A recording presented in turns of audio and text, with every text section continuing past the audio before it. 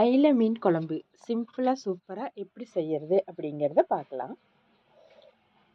ஒரு வாணலியில் எண்ணெய் வச்சு சூடு ஏறினதுக்கப்புறமா கடுகு வெந்தயம் போட்டு நல்லா பொரிய வச்சுக்கலாம். கடுகு வெந்தயம் நல்லா பொரிஞ்சதுக்கப்புறம் கொஞ்சம் சின்ன வெங்காயம், கருவேப்பிலை, மல்லி இலை, பச்சை மிளகாய் எல்லாம் சேர்த்து நல்லா வதக்கி எடுத்துக்கலாம்.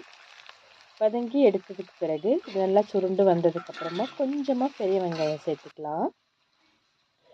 அப்புறமா பெரிய வெங்காயம் சேர்த்து நல்லா வறுத்து கண்ணாடி பதம்னு சொல்லுவாங்க இல்லையா, அந்த மாதிரி வந்ததுக்கப்புறமா தக்காளி அரைச்ச தக்காளி சேர்த்து நல்லா வதக்கி ஒரு குறுகி எண்ணெய் பிரிஞ்சு நல்லா வர்ற டைமில் இந்த மிளகாத்தூள், மல்லித்தூள், மஞ்சள் தூள், உப்பு, கல்லுப்பு எடுத்து வச்சுருந்தோம் இல்லையா, அது எல்லாமே சேர்த்து நல்லா மிக்ஸ் பண்ணி நல்லா எண்ணெய் பிரிஞ்சு வர்ற அளவுக்கு மிக்ஸ் பண்ணதுக்கப்புறமா புளி ஊற்றிக்கலாம். நம்ம புளி ஊற்றின பிறகு புளியும் நல்லா குறுகி ஓரளவு கொதித்து நல்லா வரும்போது நல்லா கொதி வருது பார்த்திங்களா.